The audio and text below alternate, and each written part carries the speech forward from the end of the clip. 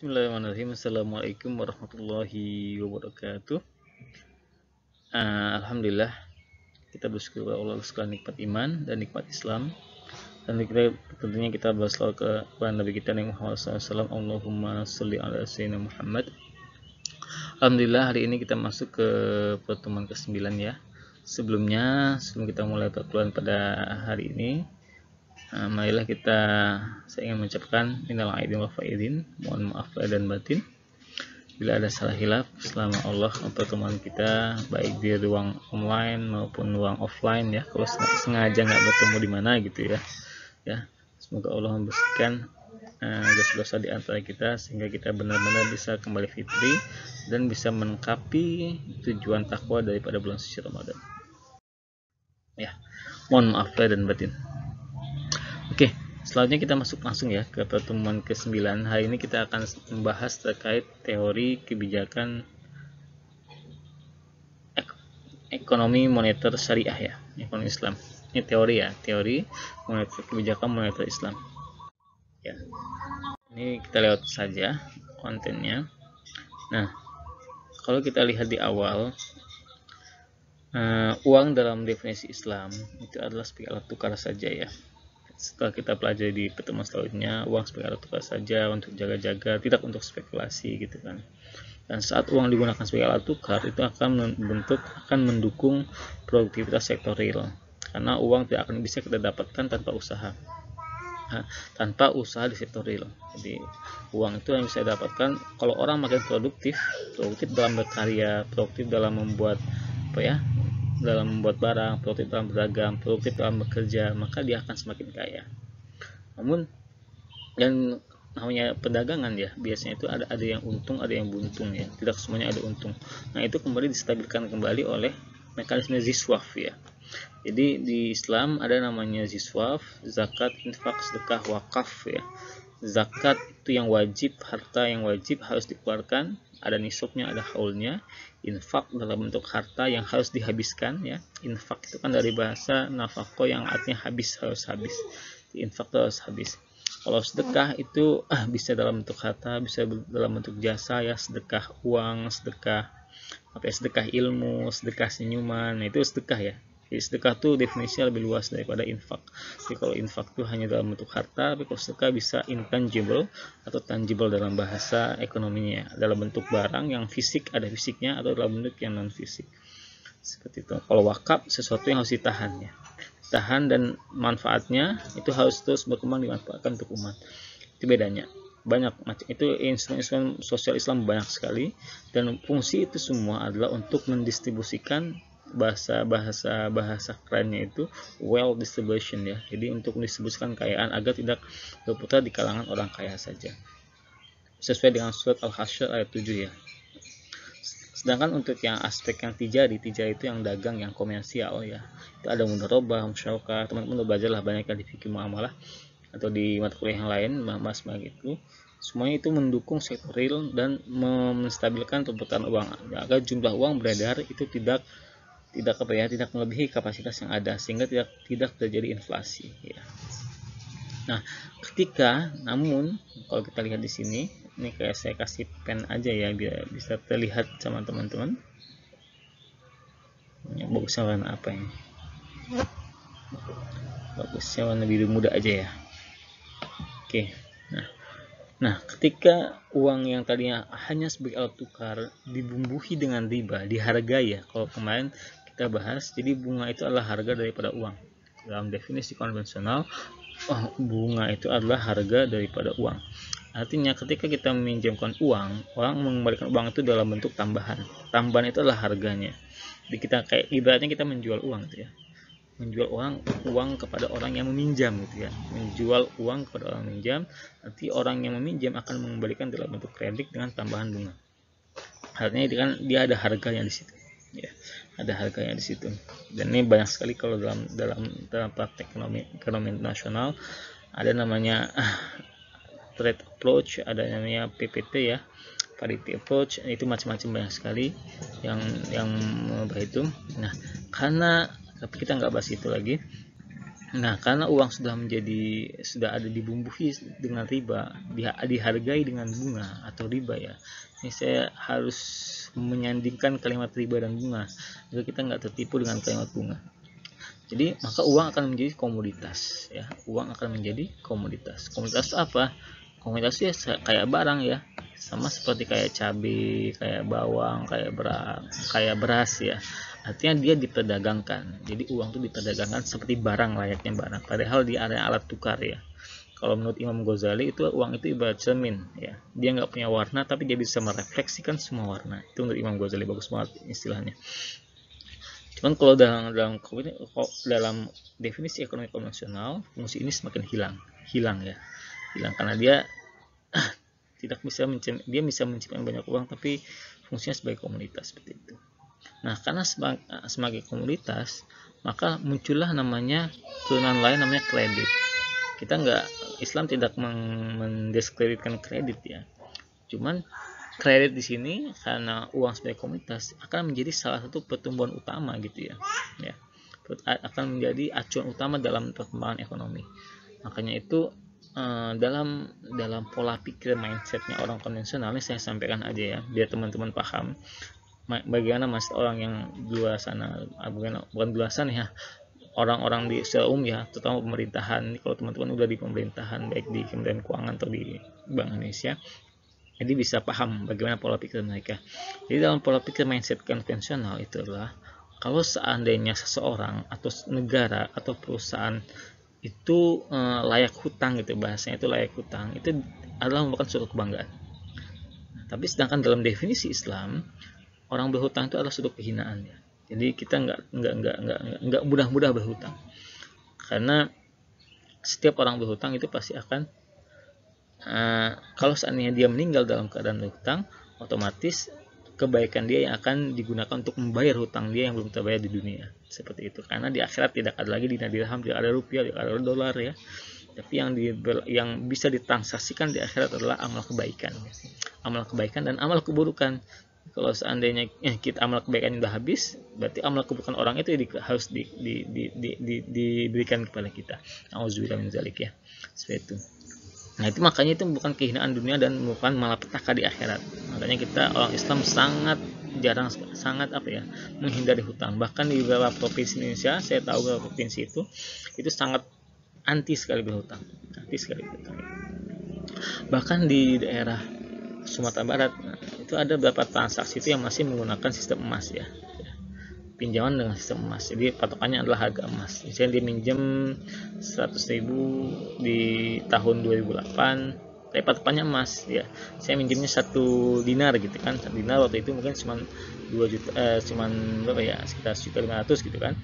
Ternyata tahun ini dinar tuh harganya naik nih 2.500.000, jadi dia harus membalikan sebanyak 2.500.000, jadi patokannya dinar gitu, macam-macam. Nah, ada juga produk spekulasi ya, jadi bunga nih karena dia tuh floating ya, jadi karena dia naik turun gitu kan orang suka berspekulasi, artinya orang jadi cenderung suka berjudi, bahasanya seperti itu ya, jadi suka berjudi ya. Nah, ini akan membentuk pasar moneter ya, baik pasar uang, ada pasar modal, obligasi, derivatif, semuanya diturunkan dari sini ya.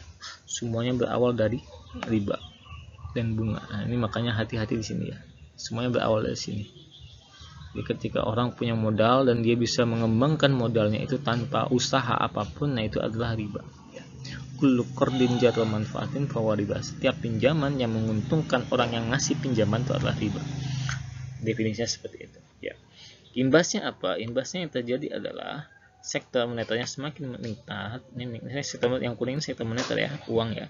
Sedangkan sektor realnya hanya setengahnya saja, bahkan lebih kecil daripada itu ya. Karena di sini uangnya sebagai komunitas dipertukarkan segala macam ya, banyak berkembang di sini. Padahal aktivitas realnya nggak ada. Tapi dalam ekonomi Islam itu seimbang di sini ya. Saya lihat di sini itu seimbang antara ekonomi real dan sektor moneter seimbang ya. Seperti itu. Oke, kita lanjut ke slide selanjutnya. Kalau ada pertanyaan bisa langsung di chat ya. Oke.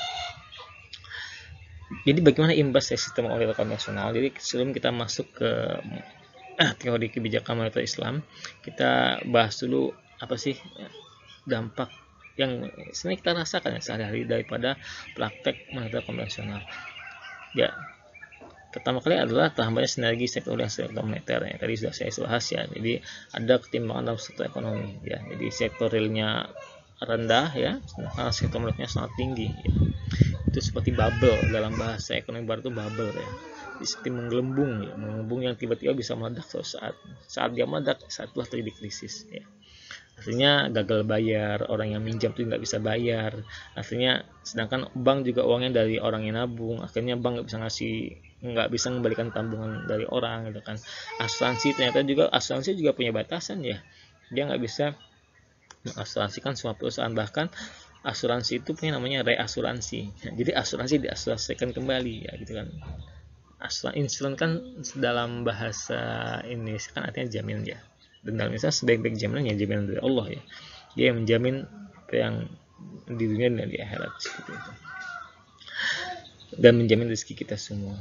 Setelahnya yang sektor kedua, akibat kemudahan. Nah ini yang saya bilang, akibat kemudahan memperoleh profit melalui mekanisme fixed dan variable return.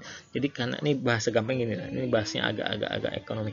Jadi gini, akibat orang itu mudah dapat profit dari apa ya, profit yang tetap. Jadi orang ngasih pinjaman katakanlah 10 juta, terus kamu harus balikin ke saya 12 juta. Itu kan fix ya, fix ditentukan di awal. Jadi ini jahatnya, ini riba jahiliyah ya namanya, riba jahiliyah. Ditentukan di awal, dia mudah sekali, dia tanpa usaha dapat untung 2 juta langsung gitu kan, langsung di fix, ditentukan di awal ya. Dan ini yang menjadi komoditas, Nah itu akan menyedot sebagian besar uang beredar dan menyakitkan turunnya performa sektor real ya, atau ekonomi secara luas. Jadi itu yang akan menyedot ekonomi secara ini ya, uang beredar secara umum ya, karena dia akan berputar di kalangan orang itu saja, orang-orang yang punya modal saja, seperti itu ya. Mungkin emang sebagian orang akan berpikir ketika orang berhutang ada bunganya seperti itu kan, akan meningkatkan semangat motivasi untuk bisa bekerja gitu kan. Ya harusnya motivasi bekerja kita itu adalah Allah dan Rasulnya ya, bukan dari hutang gitu kan. Jadi mindset itu yang salah. Mindset itu yang kalau kita nggak berhutang kita nggak semangat bekerja, itu yang salah ya. Itu jangan sampai kita termakan sama mindset itu. Karena dalam surat Taubah ayat 105 masalah wa quli amalu fasallahu amalukum wa rasuluh tsumma taduna ila ayyul ghaibi wasyahada fa innakum kuntum ta'malun. Jadi katakanlah bekerjalah kalian, maka Allah dan Rasulnya akan melihat pekerjaan kalian ya. Dan kamu akan benar-benar dikembalikan kepada Allah dan Rasulnya. Dan dalam surat yang lain kan wa an laisa lil insani illa ma sa'a wa anna sa'yahu sawfa yura, dan semuanya manusia itu nggak punya apa-apa kecuali apa yang diusahakan, baik usaha dalam untuk meningkatkan kekayaan di akhirat atau kekayaan dunia seperti ya. Dan semuanya apa yang diusahakan pasti akan Allah perlihatkan hasilnya seperti itu. Innallaha la yudhi'u ajrul muhsinin, dan sesungguhnya Allah akan menghilangkan imbalan bagi orang-orang yang berbuat baik, bagi orang yang berbuat sabar gitu kan. Jadi orang-orang yang sabar itu luar biasa ya. Wal aqibatu lil muttaqin, akhir yang baik itu hanya untuk orang-orang yang bertakwa. Jadi kalau kita lihat banyak orang yang mungkin dia masih ada banyak tapi di hidupnya sejahtera, tapi ingat ayat ini ya, wal aqibatu lil muttaqin, happy ending itu hanya milik orang bertakwa. Happy ending hanya milik orang bertakwa. Lihat di akhir hayatnya seperti apa, lihat nanti keluarganya seperti apa. Lihat kita banyak orang kaya segala macam tapi keluarganya berantakan gitu. Ya, apa gunanya kita punya kekayaannya, apalagi seorang laki-laki punya banyak kekayaan tapi tidak ada orang yang mau dia nafkahi gitu kan. Ya, buat apa dia punya uang banyak yang untuk nikmati sendiri seperti itu. Jadi itu semuanya balance ya, dan Islam menjaga keseimbangan tersebut. Nah sistem riba ini juga membuat ketimbangan interaksi usaha, ada eksploitasi dalam sumber daya alam ya, alokasi sumber daya, dan perkembangan ekonomi yang semula tidak produktif ya, tidak produktif karena semuanya berbasis moneter ya, nggak jelas, dan uang hanya berputar pada golongan kaya saja.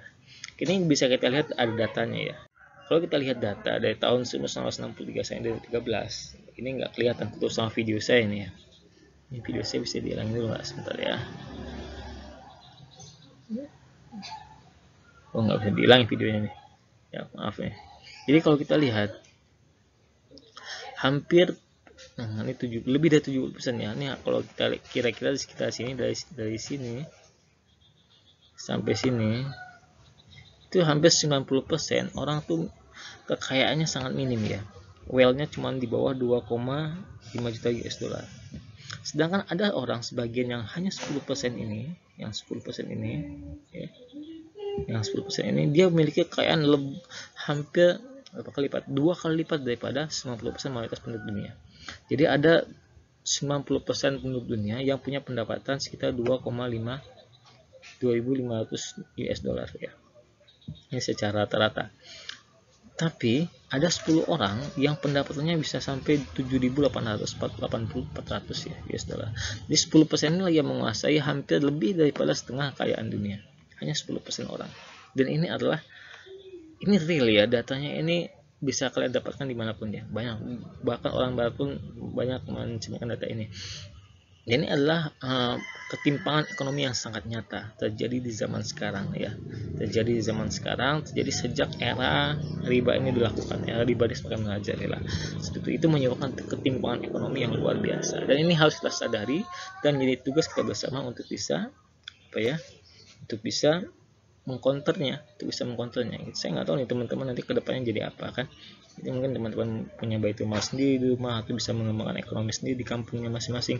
Nah, saya harap ini bisa menjadi bagian daripada semangat kita untuk motivasi teman-teman untuk bisa mengembangkan ekonomi agar lebih merata ya. Jadi memang faktanya sekarang seperti ini.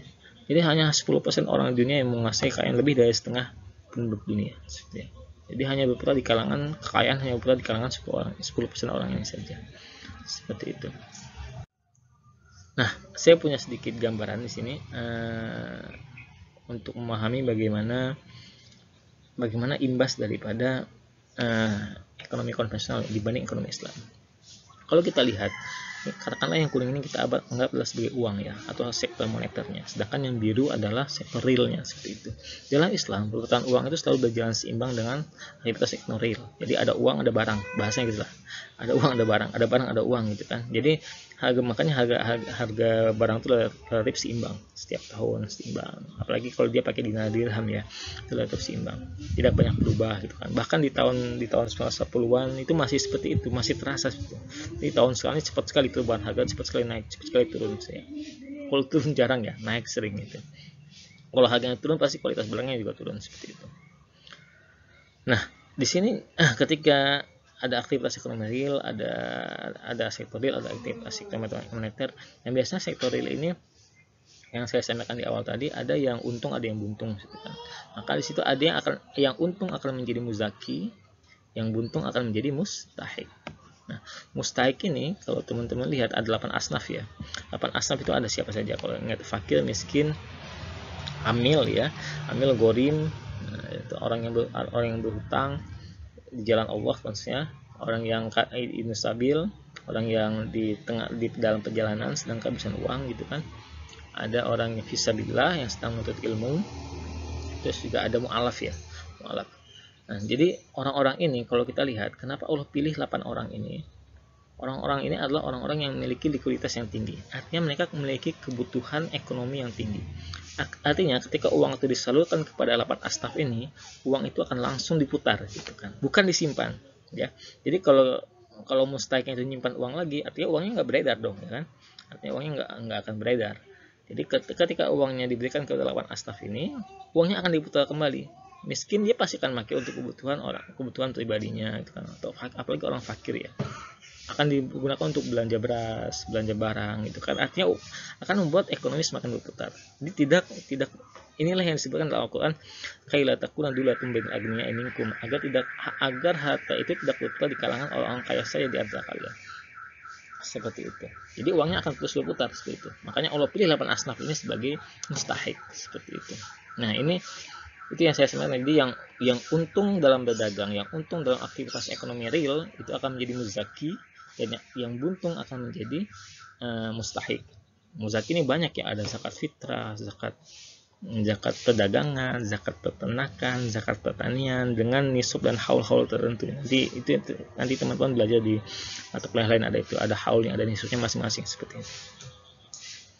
Bahkan ini pernah terjadi di zaman Khalifah Umar bin Abdul Aziz. Saat itu nggak ada lagi orang yang selama 2 tahun itu, selama beliau memimpin khalifah selama 2 tahun itu tidak ada orang yang menerima zakat lagi gitu, maksudnya itu hampir seperti itu, sampai seperti itu ya. Jadi sangat susah mencari orang yang mau menerima zakat,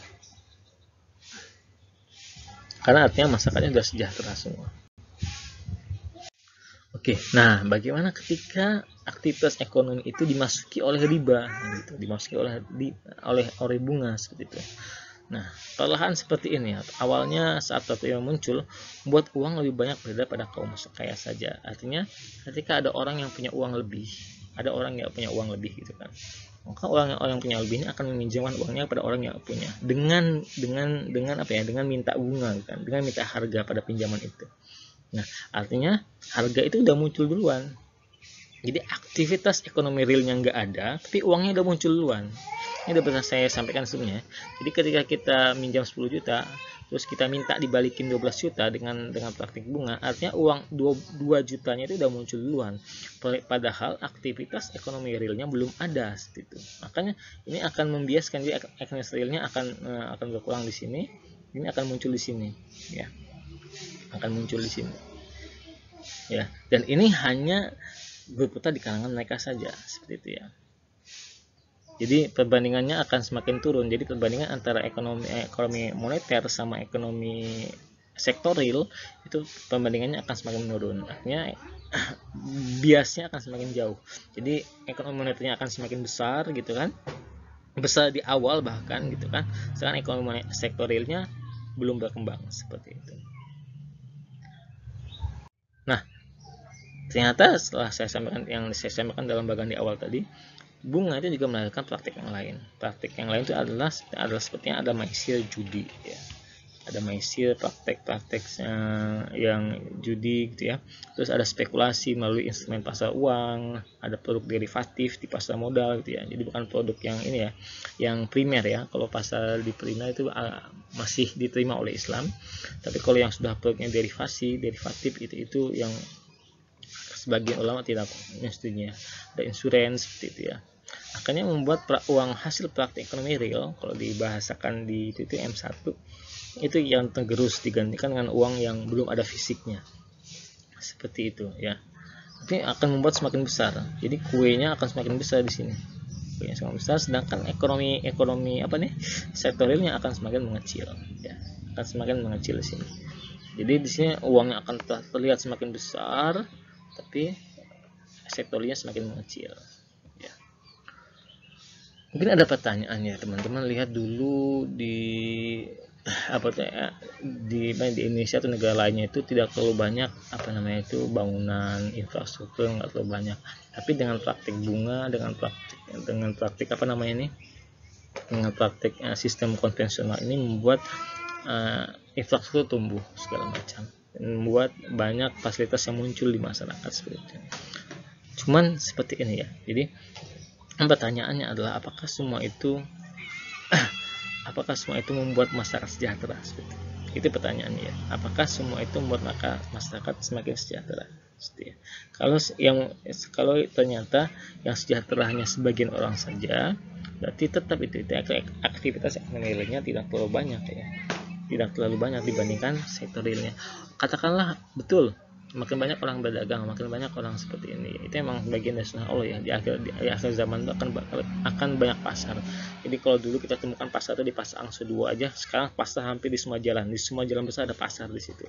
Ada orang jualan. Itu fitnah akhir zaman ya. Itu ada hadisnya. Jadi di akhir zaman itu akan banyak pasar gitu. Di mana-mana akan muncul pasar. Itu bagian dari akhir zaman ya. Tapi pasar yang banyak ini tidak membuat orang makin kaya. Maka orang makin akan membuat malah harga-harga semakin naik seperti itu ya. Harga semakin naik, itu makin susah. Bikin rumah aja dulu orang dulu bikin rumah tinggal bikin rumah ya. Bahan dia di mana-mana gitu. Tapi kalau sekarang bikin rumah luar biasa mahalnya. Seperti itu ya. Udah aktivitas ekonomi makin banyak, tapi artinya gitu ya. Ketika aktivitas ekonomi makin banyak, tapi ekonomi itu adalah praktik ekonomi yang semu gitu kan. Uangnya akan semakin banyak beredar, tapi ekonomi realnya tidak terlalu banyak seperti itu. Artinya harga akan semakin naik tetap seperti itu. Kalau kita lihat di sini kan yang merah ini kan semuanya adalah sektor moneter ya. Artinya ini adalah uang yang semakin banyak. Sedangkan ininya semakin kecil ya, barangnya dalam sektor realnya akan semakin kecil, artinya uangnya akan semakin banyak sedangkan sektornya kecil, makanya nilai uang itu akan semakin turun seperti itu, nilai uang akan semakin turun. Oke, selanjutnya, nah ini semakin berkembang ya, ternyata dari riba tadi ada spekulasi judi itu akan melahirkan penyakit ekonomi lainnya ya. Ini kalau dalam bahasa Erdogan tuh 3 setan ekonomi gitu ya.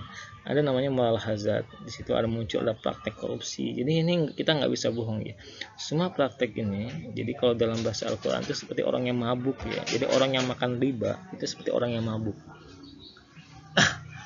Alladzina ya'kuluna riba la yaqumuna illa kama yaqumul ladzi yatakhabbathu syaitanu minal mas. Jadi orang yang makan riba itu seperti orang yang apa ya, jalannya terombang-ambing gitu ya, dia mabuk seperti itu, kayak seperti orang mabuk yang jalan terombang-ambing ya, karena penyakit gila seperti itu, dan itu akan melahirkan penyakit lainnya gitu kan.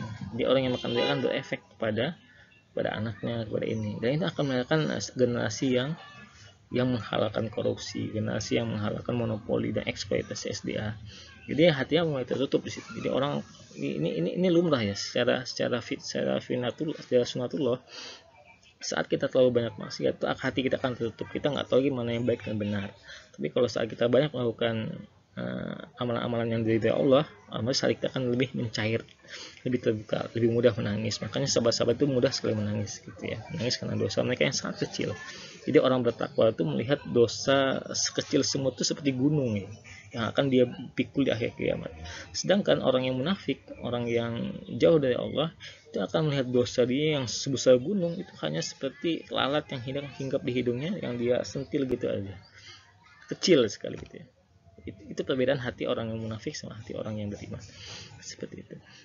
Nah, dengan hati yang seperti itu, dengan banyaknya orang-orang yang munafik segala macam, itu akan membuat apa ya, banyak praktik-praktik seperti ini, praktik-praktik yang moral hazard yang merusak aktivitas ekonomi, yang semakin merusak ya. Korupsi otomatis itu akan kayak kemarin ada korupsi bansos, itu kan luar biasa itu ya, orang banyak kena corona tapi dikorupsi bansos, luar biasa. Dia mengambil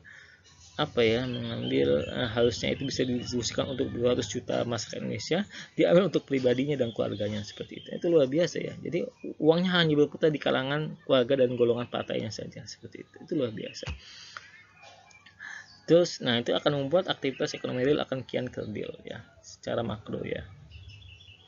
Karena yang zona merah tadi ini diasumsikan sebagai ekonomi moneter ya. Sedangkan ekonomi realnya semakin kecil, semakin banyak orang miskin akan semakin banyak ketimpangan ekonomi ya. Karena uang-uang ini hanya berputar dari merah sampai ini hanya berputar di kalangan orang kaya saja, sama yang merah muda ini hanya di kalangan sebagian orang saja. Itulah yang menyebabkan ketimpangan ekonomi. Itulah yang menyebabkan 10% kekayaan dunia 90% kekayaan bahkan sekitar 70% kekayaan dunia hanya dimiliki 10% saja daripada orang-orang yang ada di sana.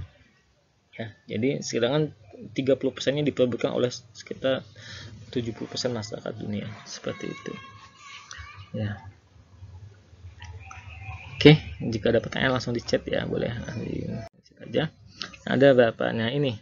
Jadi dalam Islam, ketika kita ngomongin teori kebijakan moneter Islam, kita harus kembali ke dasar apa yang telah Rasulullah wariskan kepada umatnya. Jadi kalau seandainya umat pegang kepada dua pedoman ini, soalnya nggak akan tersesat, yaitu Al-Quran dan Al-Hadis, Al-Quran dan Sunnah Nabi, baik Sunnah qauliyah, fi'liyah, Sunnah isyarah ya. Itu semuanya harus kita kaji agar kita tidak tersesat ya. Karena sekarang di akhir zaman ini bingung sekali mana yang benar, mana yang salah, bingung. Makanya kita harus belajar ya. Jadi orang yang kalau mau istiqomah dalam kebaikan ya harus belajar, terus belajar. Bahkan seorang kiai siapapun itu harus tetap belajar ya. Bahkan Rasulullah pun itu belajar sama malaikat ya. Orang yang paling cerdas di muka bumi, yang paling teladan baik di muka bumi itu tetap belajar ya. Setiap pekan belajar ya. Jadi kalau kita malas belajar itu ya, kita apa dibandingkan Rasul dan para sahabat ya. Mereka selalu belajar ya. Oke, ini adalah soal hasil yang saya sebutkan. Jadi harga itu agar harta tidak berputar di kalangan orang kaya saja. Jadi kebijakan moneter itu harus berdasarkan pada ini. Tidak boleh ada ketimpangan ekonomi. Jadi orang nggak boleh memonopoli harta. Ya. Yang kedua, Allah telah menghalalkan jual beli dan mengharamkan riba. Ini contoh lagi yang lain ya. Jadi memaksimalkan praktik dagang gitu kan, dagang yang adil gitu, dan haramkan riba, jauhkan riba gitu. Terus dari Ibnu Umar dalam hadis juga disebutkan, jadi terkait hutang ini. Jadi kita hutang bukan kebijakan moneter yang baik ya, atau kebijakan fiskal ini lebih kepada fiskal ya. Jadi kalau hutang ini kali pada kebijakan fiskal. Jadi hutang bukanlah solusi ya, karena hutang yang banyak tanpa alokasi yang jelas, apalagi alokasi yang untuk sesuatu yang tidak mubazir dan tidak produktif, tidak langsung bisa dirasakan umat, itu akan menambah jumlah uang beredar. Otomatis itu akan meningkatkan inflasi kembali. Nah, dari Abdullah bin Amr bin As juga disebutkan, qad aflaha man aslama wa razaqa kafafan wa qan Allahu bima atahu. Sungguh sangat beruntung orang yang telah masuk Islam, lalu dia diberikan rezeki yang cukup dan Allah menjadikannya qanaah, merasa cukup ya, merasa puas dengan apa yang diberikan kepadanya. Jadi kita harus merasa cukup ya. Di dunia ini kita harus bersabar. Emang dunia ini penjara orang-orang beriman ya. Kita harus bersabar. Jadi tidak memaksakan diri. Kalau belum mampu beli mobil, jangan beli mobil gitu. Jangan memaksakan diri pada sesuatu yang kita belum mampu, karena itu akan menjadi beban kita sendiri ya. Allah akan memampukan kita pada saatnya. Allah akan mampu. Ingat pesan saya ya, nasihat untuk diri saya sendiri juga. Allah akan memampukan kita pada saatnya. Pada saat kapan? Pada saat kita siap untuk menerima rezeki itu, siap menerima anugerah itu. Karena Allah yang paling tahu hati kita, paling tahu kapan kita siap menerima fitnah harta ini. Jadi harta itu kan fitnah ya. Dan fitnah terbesar umat adalah harta. Jadi jangan sampai hati kita belum siap, iman kita belum bagus, Allah kasih harta justru akan menjerumuskan kita pada sesuatu yang nggak baik. Bukankah dulu ada cerita pada seorang sahabat gitu ya, banyak sekali, termasuk sahabat Nabi Musa ya, Korun itu kan dulu kan sahabat Nabi Musa yang beriman juga kan. Ketika diberikan harta dia malah dia sombong. Ada juga, saya lupa nama itu, nggak terlintas di pikiran saya, sahabat Nabi Muhammad itu juga sangat miskin, sampai dia minta Rasulullah, ya Rasulullah berikanlah saya kekayaan gitu kan, agar saya bisa lebih istiqomah dalam ibadah. Akhirnya diberikanlah Rasul seekor kambing, karena kambing yang diberikan Rasulullah sangat berkah, terus beranak pinak.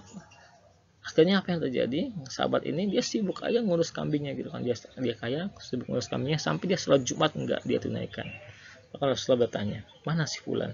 Karena si fulan masih sibuk mengembala kambingnya. Maka Rasulullah bersabda, celakalah si fulan, karena dia telah terfitnah oleh hartanya gitu.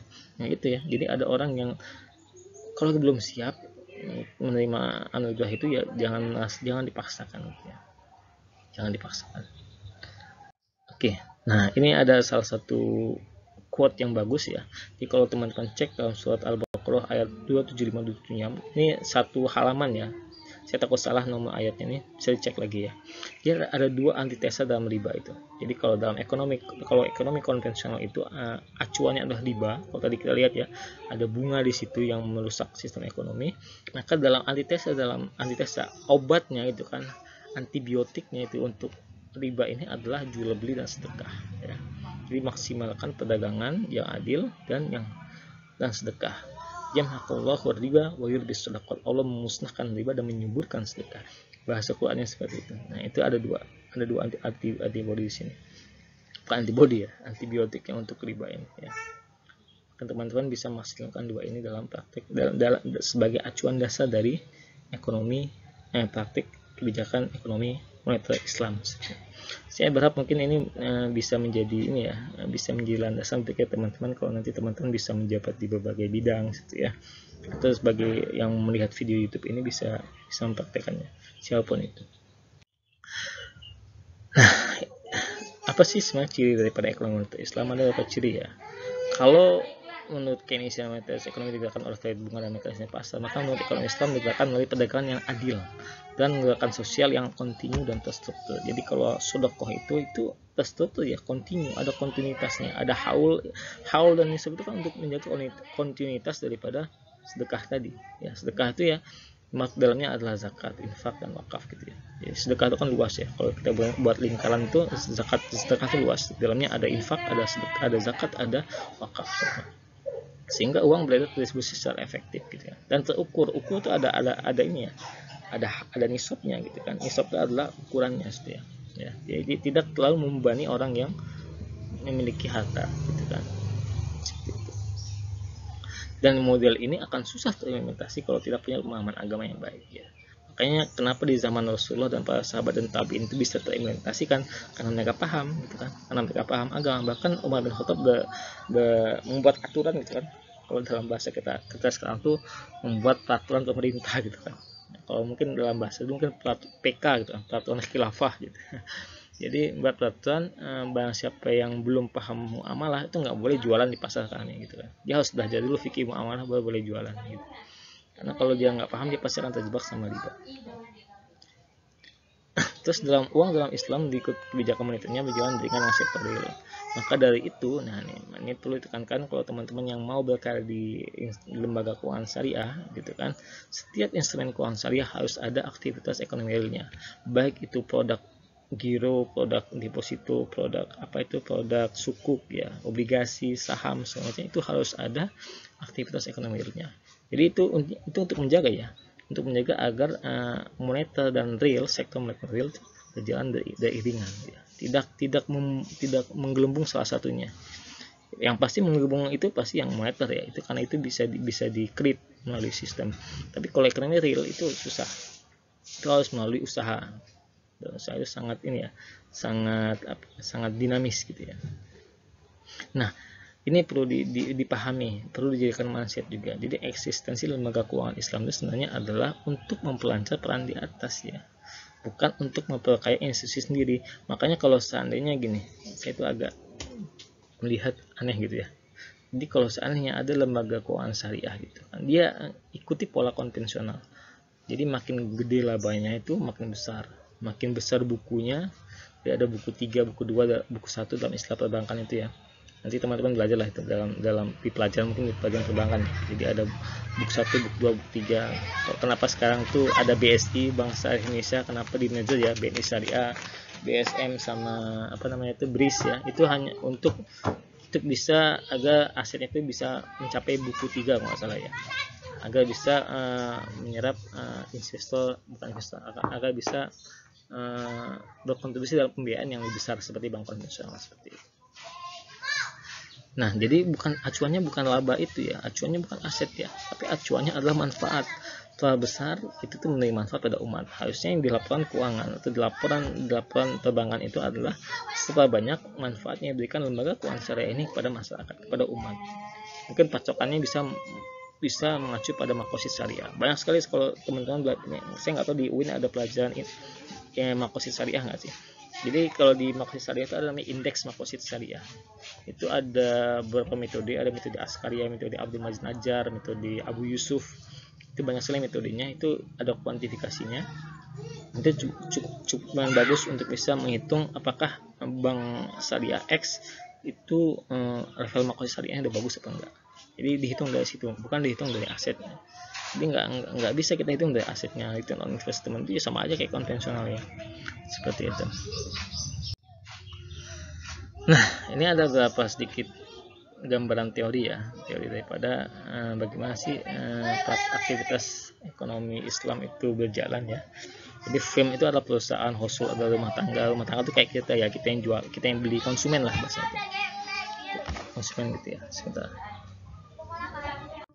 Oke, kita lanjutkan. Tadi pindah lokasi dulu bentar, mulai banyak anak-anak. Oke.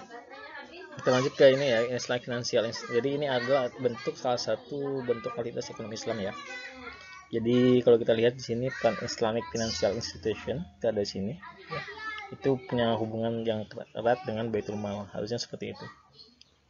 Baitul Mal itu termasuk di sini adalah seperti itu ya, kas negara gitu ya. Kalau di Indonesia kan ada dua ya, ada Bank Indonesia, ada Kementerian Keuangan gitu kan.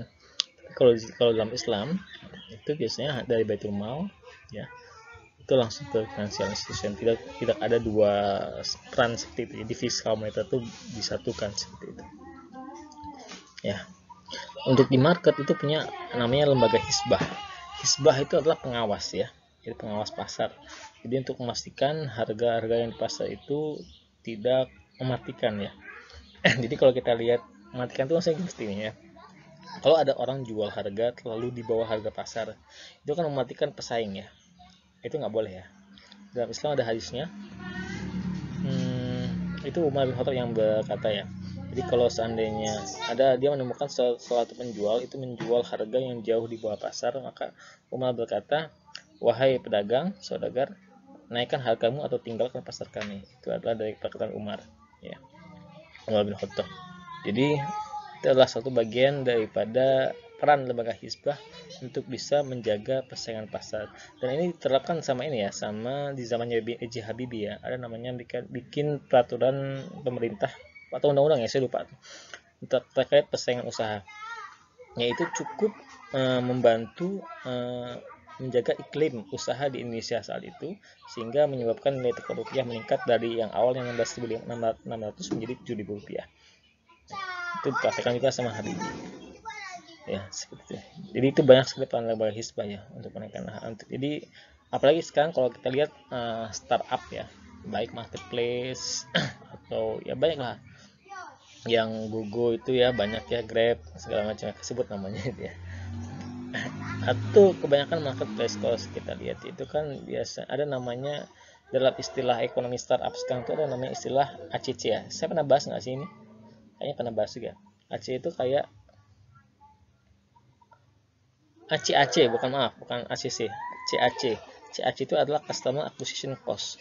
Customer Acquisition Cost artinya adalah biaya untuk mengakuisisi customer orang gitu. Jadi ada orang yang sudah biasa beli di toko sebelah gitu kan.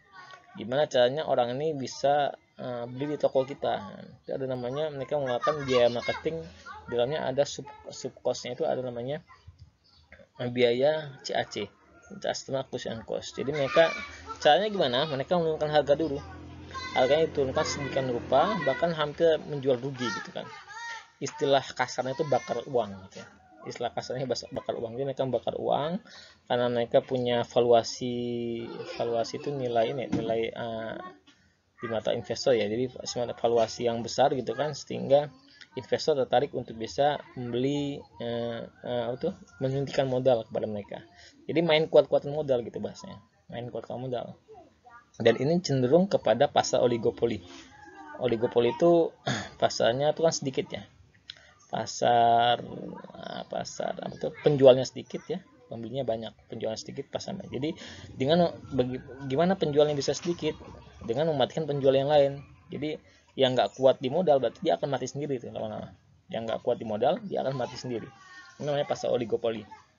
Seperti itu.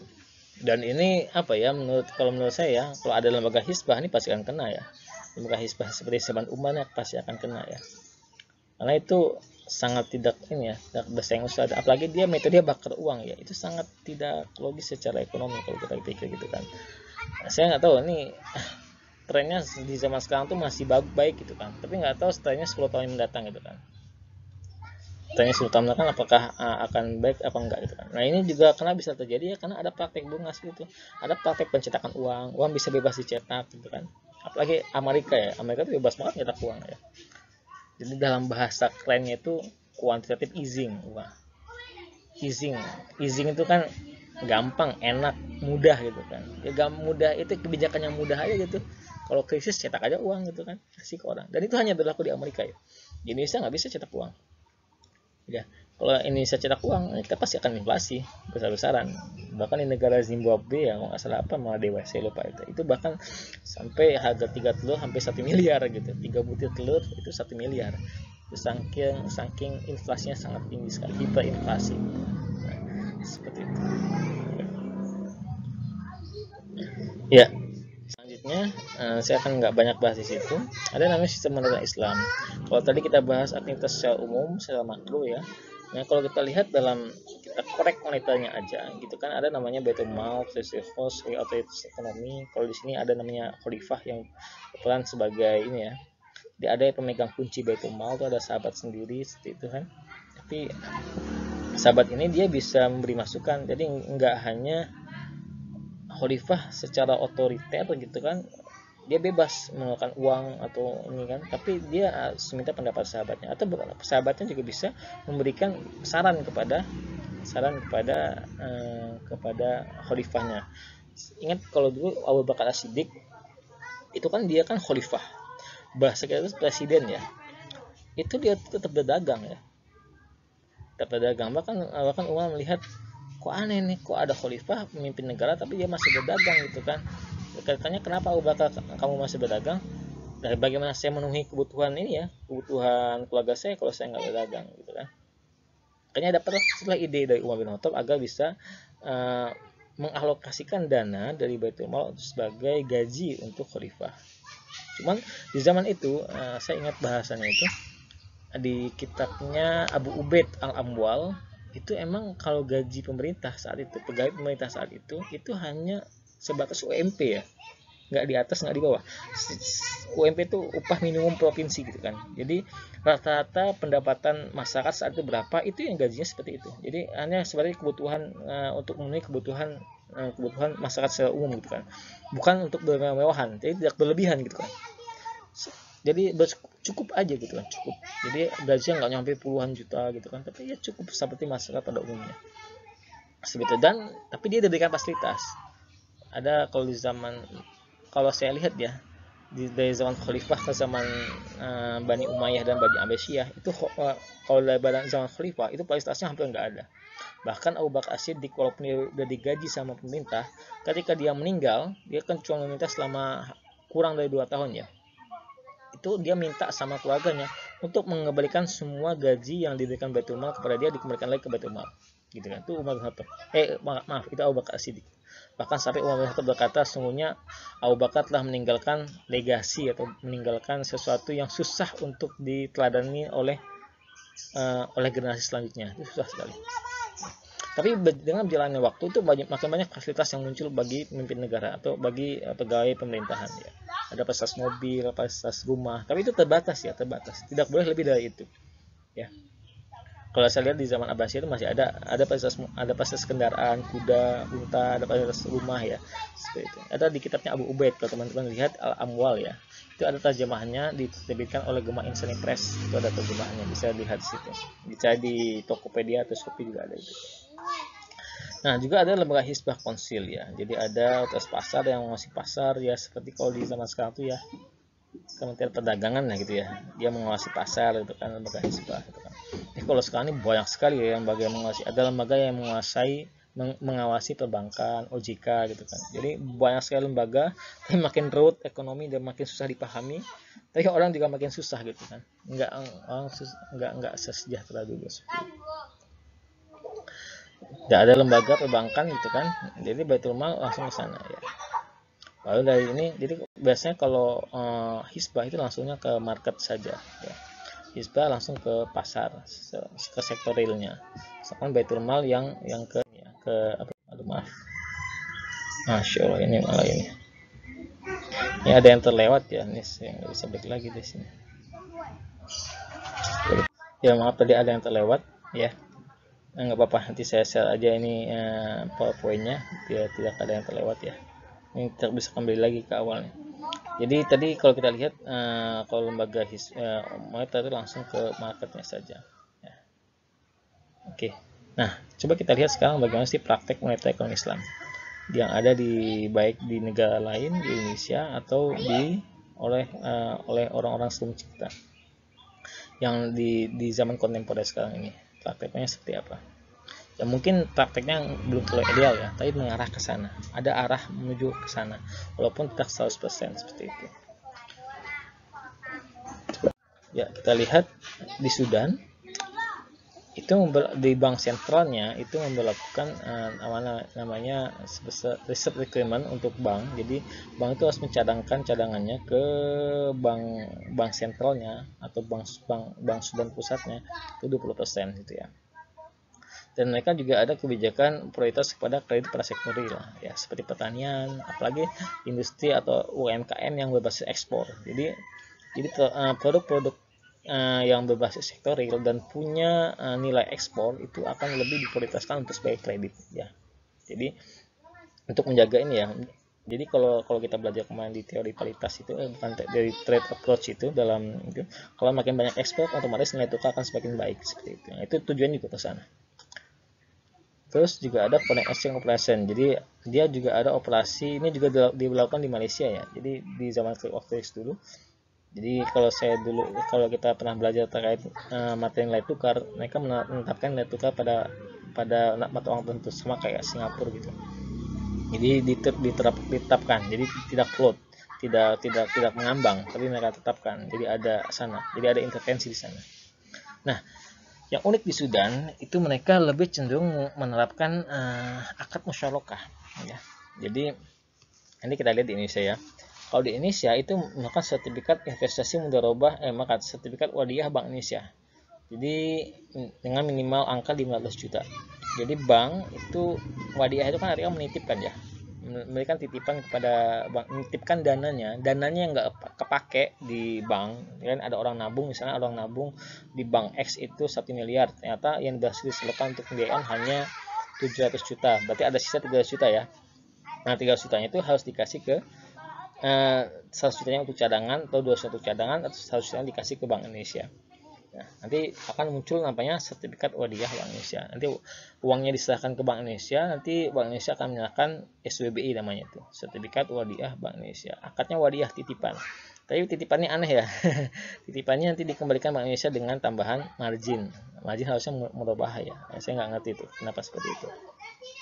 Ada tambahan. Jadi kalau kita nitipkan 15 juta, nanti balikinnya itu mungkin kita 16 juta atau 700 juta seperti itu. Ya, ada tambahan dari Indonesia. Jadi menurut saya mungkin nggak tahu salah ya. Menurut yang saya paham mungkin juga bagian daripada cara Bank Indonesia untuk bisa mendistribusikan jumlah uang beredar melalui perbankan. Jadi Bank Indonesia ketika dia mencetak uang, itu uangnya nggak langsung ke masyarakat, tapi lewat bank. Ya, lewat bank syariah, lewat bank konvensional gitu kan ya. Karena bank ini punya hitungan sendiri. Hitungannya apa ya? Kalau bank konvensional dari bunga ya, asumsi bunganya berapa yang dia dapatkan. Nah, itu akan menjadi tambahan yang harus dicetak Bank Indonesia fisiknya gitu kan. Jadi kan kalau bank itu hanya kayak misalnya minjam uang 100 juta, ada orang minjam 100 juta itu kan, dia harus balikin 150 juta. Nah, uang kan nggak ada. Uangnya nggak ada, itu harus dicetak Bank Indonesia. Harus dicetak uang fisiknya, harus dicetak Bank Indonesia. Nah, awalnya uang itu nggak ada ya. Terus itu ya, jadi di sini ada dua. Jadi ada namanya Central Bank Musyarakah Sertifikat di Sudan tadi. Jadi basisnya adalah musyarakah. Musyarakah itu nggak tahu apakah benar-benar ditetapkan sesuai dengan kaidah. Musyarakah itu kaidahnya adalah arifhu ala mattafaqa wal khasarata bi ra'sinalin.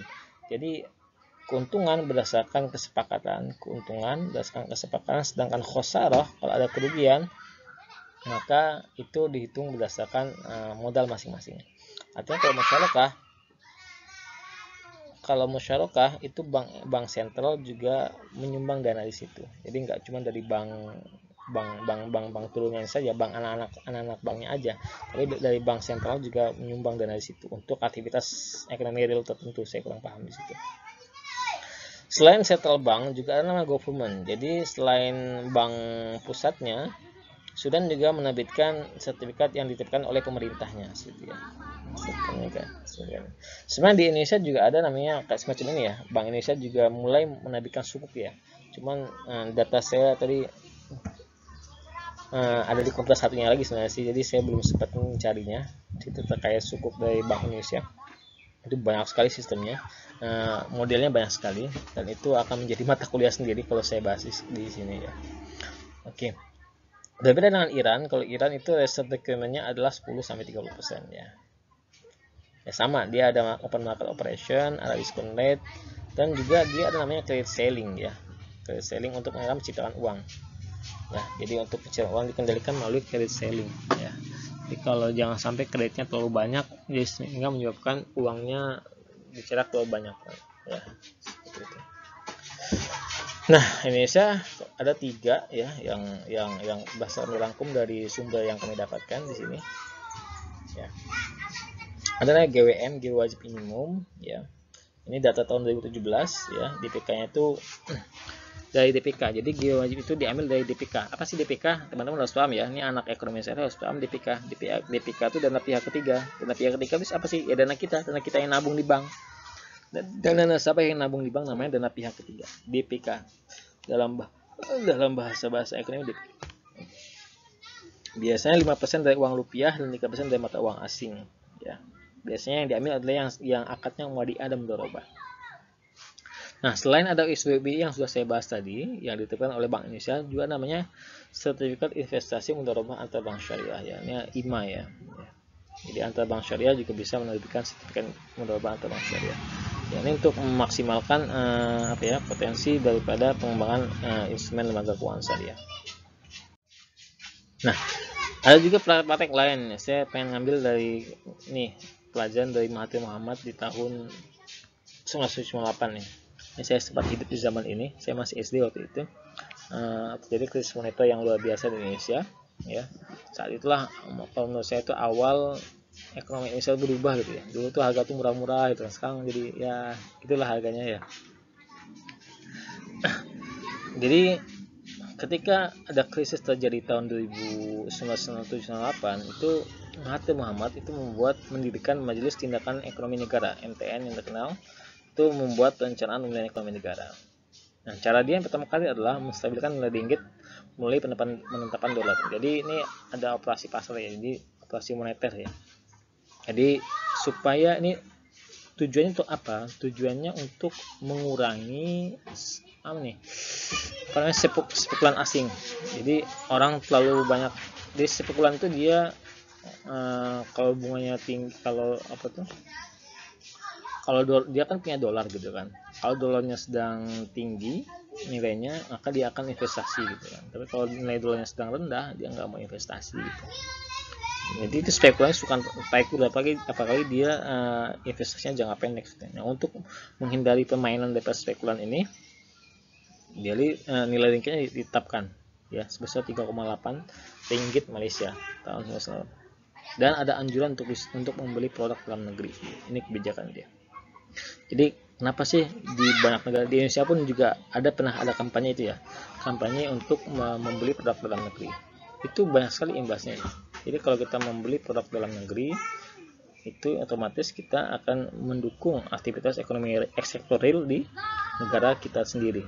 Yang kedua, ketika kita membeli produk dalam negeri, otomatis kita menggunakan uang rupiah ya, pasti rupiah. Jarang orang beli bakso pakai dolar gitu, ngapain ya, ribet banget ya, harus nuker lagi ke money exchange gitu kan, ribet banget.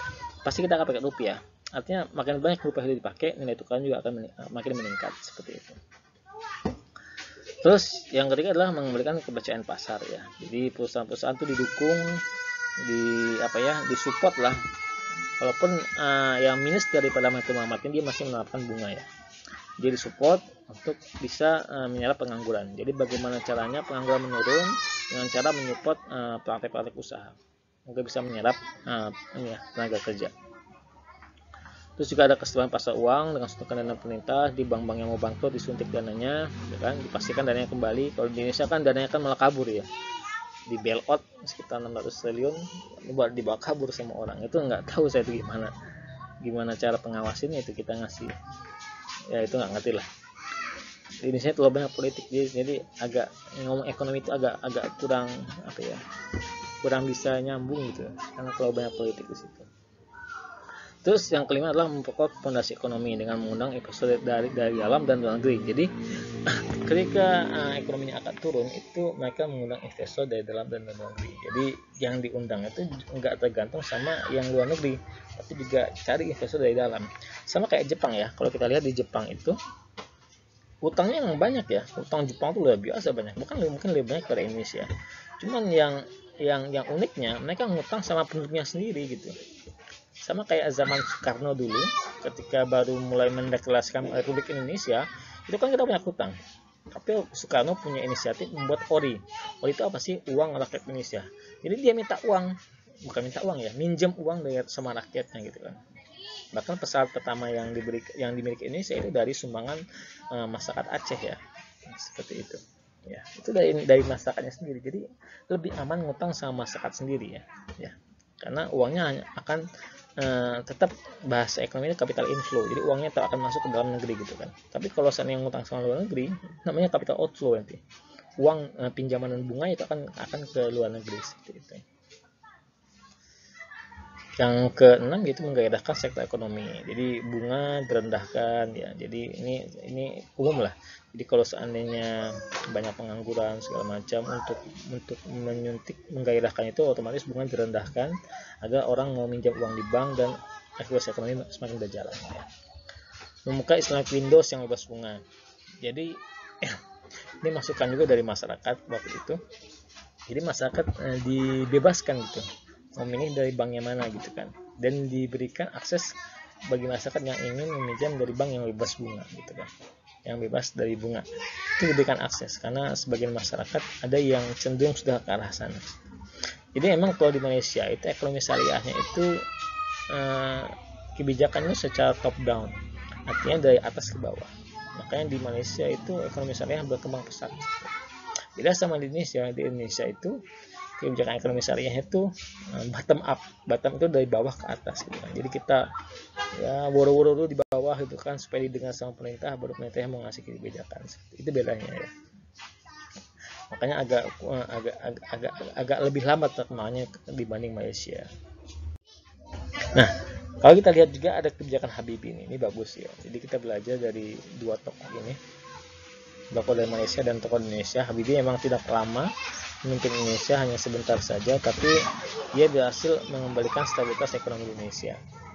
Nah, apa yang dilakukan Habibie ketika ekonomi tahun 1998 pertama kali dia adalah menekan praktik monopoli ya, praktik monopoli dan persaingan usaha tidak sehat ya, melalui undang-undang ya, bukan PP ya, undang-undang tadi ya. Jadi ini cukup mendukung, berhasil banyak menyelamatkan uang negara dan berhasil menggairahkan kembali sektor usaha gitu kan ya. Yang kedua adalah adanya konsep Habibienomics. Ini sangat terkenal di zaman sekarang, namanya Habibienomics. Jadi sebuah aliran ekonomi yang mengedepankan meningkatkan nilai tambah ekonomi berbasis teknologi. Jadi kalau mau jualan itu jangan jualan barang mentah gitu kan, tapi harus ada nilai tambahnya, jadi addednya gitu kan. Jual rambutan jangan cuma rambutannya aja, karena rambutan itu akan busuk dalam waktu 1 minggu atau 2 minggu gitu kan. Bikin produk turunannya gitu kan yang ada nilai tambahnya, bikin rambutan gorengnya bisa bertahan selama setahun gitu kan, macam-macam gitu ya. Jadi bikin produk turunan yang lebih tahan lama gitu kan. Basisnya apa? Basisnya teknologi ya. Nah, ini selalu ditempelkan dalam setiap negosiasi kebijakan investasi ya, terutama investasi asing ya. Ini selalu dibahasakan sama ini. Jadi ini menarik investor asing ya, dan menjaga kemandirian ekonomi bangsa ya. Nah, komitmen alih teknologi ini pada akhirnya semua nilai tambah rentan berada dalam kendali negara lain. Jangan sampai semua nilai tambah itu adalah yang di negara lain gitu kan. Kita jual CPO minyak gitu kan, terus kita jual ke negara asing gitu kan. Nanti mereka yang buat minyak gorengnya dibungkus sama mereka, kita yang beli juga. Nanti yang beli kita juga gitu kan. Kan lucu. Padahal bahan mentahnya dari kita gitu kan. Karena kita jual karetnya kita cuma bikin barang mentahnya, kita jual mentahan gitu kan. Yang bikin bannya siapa? Yang bikin bannya ya Bridgestone atau apa itu perusahaan, saya nggak apa lah perusahaan yang itu ya. Itu apa nih? Yang ban motor saya apa namanya? Nggak tahu namanya. Ya, apalah itu namanya ya. Jadi yang bikin bannya orang luar gitu kan. Nah, kita yang beli bannya gitu kan. Nah, artinya nilai tambah itu dikendalikan oleh negara lain, bukan dari kita sebagai negara yang punya bahan mentahnya. Itu yang itu namanya konsep Habibienomics. Dia bagaimana ada nilai tambah dalam setiap produk. Yang ketiga adalah membebaskan tahanan politik ya. Jadi ini untuk memastikan ada kepastian hukum di Indonesia, tidak ada tebang pilih di Indonesia. Jadi semuanya jadi tahanan politik. Jadi orang ditahan berdasarkan memang kesalahan dia, bukan karena perbedaan pandangan politik seperti itu. Dan membuat tim ekonomi yang bebas dari influence politik. Jadi tim ekonomi itu memang harus benar-benar orang yang paham ekonomi, bukan orang yang apa ya, yang punya kepentingan politik gitu ya. Rusak. Saya dulu pernah ada profesor ya yang ngajar saya di IPB, saya lupa namanya ya, udah tua itu, udah janggutan. Dia udah banyak sekali ikut membuat proyek-proyek pemerintah di berbagai macam di provinsi Indonesia. Dia udah banyak membuat proyek gitu kan, untuk solusi pengembangan ekonomi dan segala macamnya. Dia berakhir pada satu kesimpulan. Apa sih kesimpulannya? Kesimpulannya, sebaik apapun teori yang kita buat, kebijakan ekonomi yang kita buat, semuanya akan mentah kalau seandainya negara tidak punya political will, tidak punya kehendak politik gitu ya. Akan mentah sama politik ya. sehebat apapun itu kebijakan ekonominya ya, karena itu muaranya ujungnya ke sana nanti. Kalau pemerintah nggak mau jalani ya sudah, mentok di situ. Kita bikin konsep model segala macam, tapi pemerintahnya nggak mau jalanin ya sudah, itu nanti di perpustakaan ya, nanti di kampus gitu kan, atau nanti di kampung kita sendiri. Kalau kita bisa menerapkan di kampung kita sendiri seperti itu. Skalanya kecil sekali, jadi kalau skalanya pribadi ya sangat kecil ya. Yang kelima itu adalah menguatkan nilai rupiah. Nah ini sangat terkenal sekali. Beliau bisa meningkatkan nilai tukar rupiah yang awal 16.000 jadi 7.000 ya, jauh meningkatnya. Pertumbuhan ekonomi yang awalnya minus 13% menjadi naik, alhamdulillah hampir mendekati 1% tahun 1999 sebelum beliau turun. Dan ada kebijakan yang menarik ya. Jadi ada dulu Indonesia itu punya 4 bank BUMN. Saya dulu masih ingat, saya waktu masih kecil itu nabung di Bank Bumi Daya nih, BBD ya. Sekarang Bank Bumi Daya udah nggak ada lagi nih. Karena setelah saya besar, saya baru tahu ternyata Bank Bumi Daya sudah di merger. Nah itu artinya disatukan, digabung menjadi Bank Mandiri ya. Ada Bank Naga Negara, Bank Eksim, sama Bapindo ya. Itu digabung karena mereka mau kolaps, mau tenggelam, digabung jadi satu menjadi Bank Mandiri.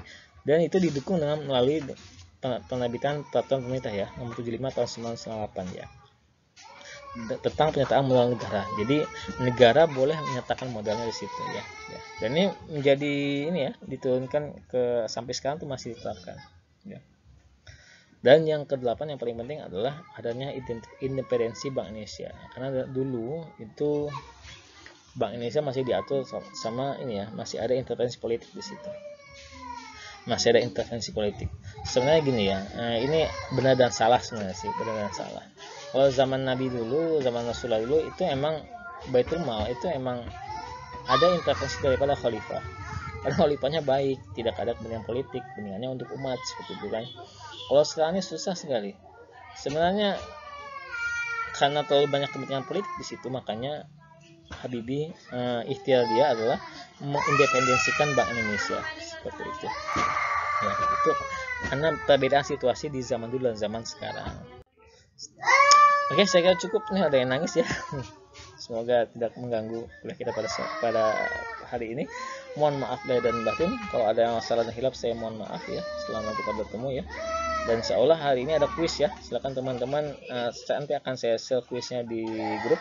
Silakan dikerjakan ya sebagai bagian daripada ini ya, bagian dari penilaian kita di mata kuliah ekonomi mata Islam. Demikian. Wabillahi taufiq hidayah. Astagfirullahaladzim. Assalamualaikum warahmatullahi wabarakatuh.